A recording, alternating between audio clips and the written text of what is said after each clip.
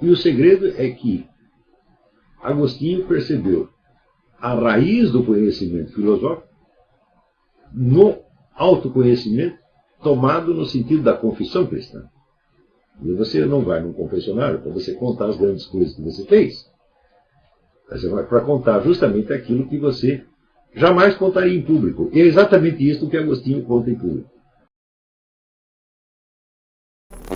Esta ligação muito íntima, esta quase identidade entre a autoconsciência mais pessoal e o conhecimento no seu sentido mais universal e científico, isto é um elemento básico da tradição filosófica desde Sócrates. E isso se torna particularmente claro com Santo Agostinho. E mais tarde se tornará mais enfático ainda com a obra de René Descartes. O que faz Santo Agostinho? Santo Agostinho está tentando responder a certos problemas filosóficos, mas ele percebe que entre ele e as elevadas questões filosóficas que ele está colocando, existe um intermediário. Quer dizer, ou seja, ele não está enfocando esses conceitos filosóficos tal como um anjo olharia as ideias platônicas. Tá certo? Mas ele é um ser humano real e ele sabe que entre esse ser humano real e as ideias universais da filosofia existe um hiato. Quer dizer, nós não temos um conhecimento direto dessas ideias universais como tem Deus ou como tem os anjos. Tá certo? Nós só temos, na verdade, o conhecimento das coisas concretas e imediatas que fazem parte da nossa vida, que são o tecido da nossa experiência diária.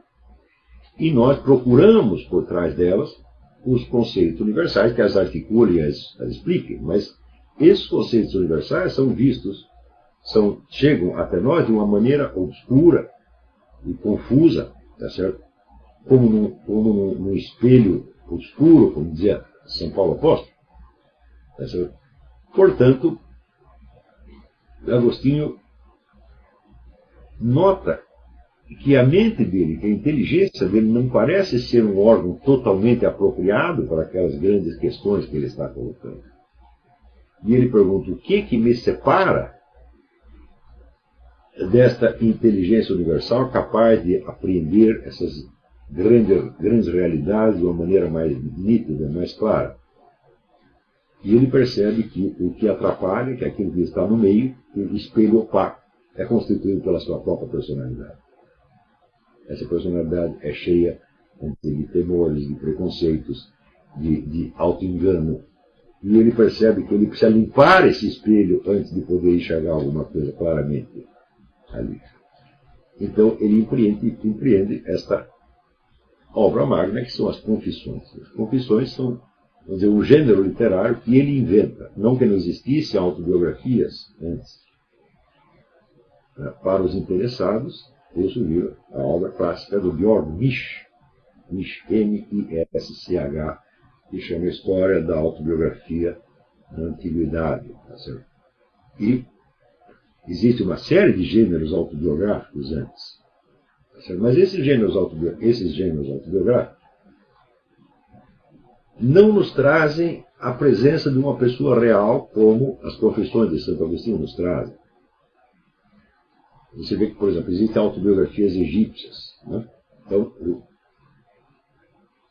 o faraó egípcio que ia ser enterrado, era enterrado com ele uma narração da sua vida. Mas essa narração mostrava somente os grandes feitos que ele tinha realizado como chefe de Estado, tá certo? E as virtudes das quais ele se imaginava o portador.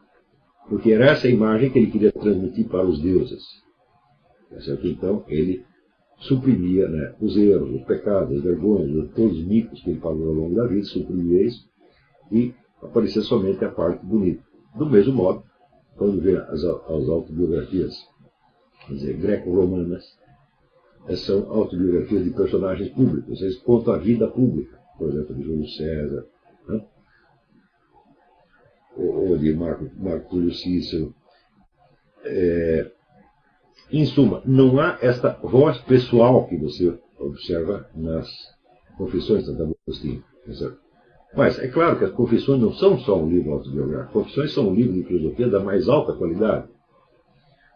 E o segredo é que Agostinho percebeu a raiz do conhecimento filosófico no autoconhecimento tomado no sentido da confissão cristã. E você não vai num confessionário para você contar as grandes coisas que você fez. Você vai para contar justamente aquilo que você jamais contaria em público. E é exatamente isso que Agostinho conta em público. Não com detalhes, porque ele não quer escandalizar ninguém. Tá certo? Não com uma especulação masoquista deprimente, tá certo? Mas com uma sinceridade de quem se lembra, por exemplo, de que já no bercinho, né, tinha maus pensamentos, né? Ele já queria o mal da mãe dele quando ele estava no bercinho, e assim por diante.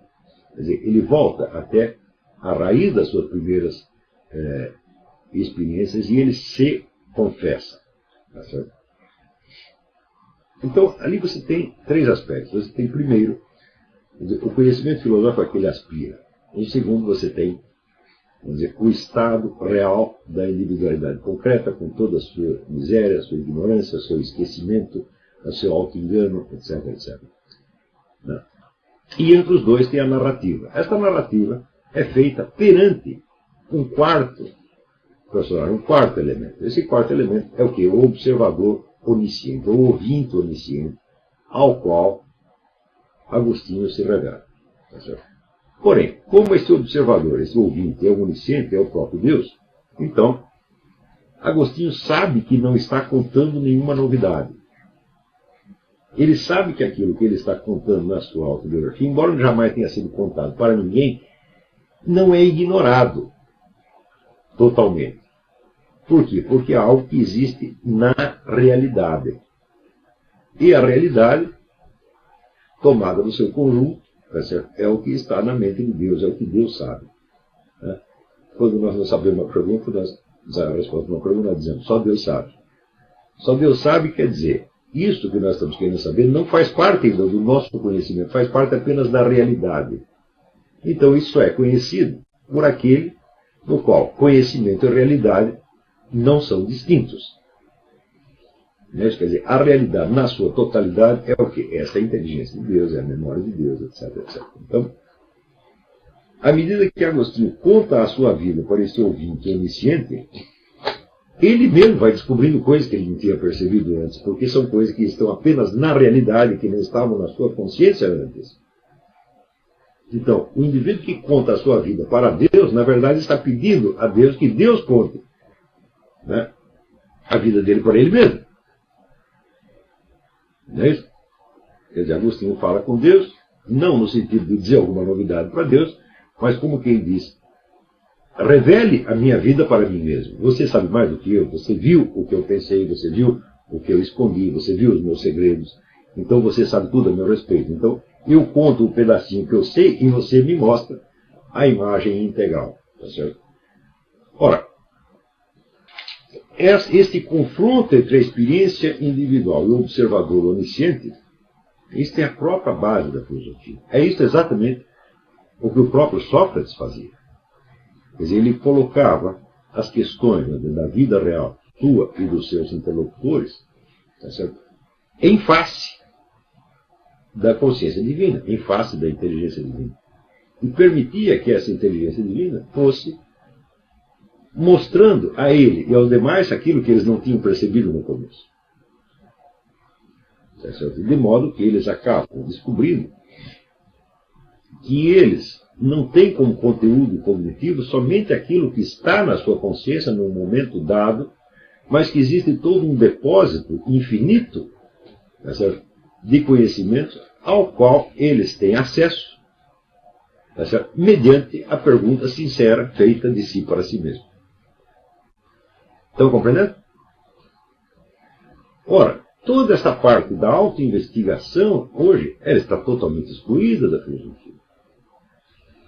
Se você entrar na faculdade de filosofia, tá certo, e disser que você está lá para buscar autoconhecimento, eles vão rir da sua cara. Eles vão dizer, isso aí é autoajuda, você tem que procurar um grupo de psicoterapia, ou você tem que procurar um padre, você tem que procurar um rabino, um pastor protestante, tá certo? Alguma coisa assim. Nós não estamos aqui para resolver os seus problemas pessoais. Ora, que raio de filosofia nós podemos obter se nós fazemos, desde logo, abstração da pessoa concreta que está buscando o conhecimento?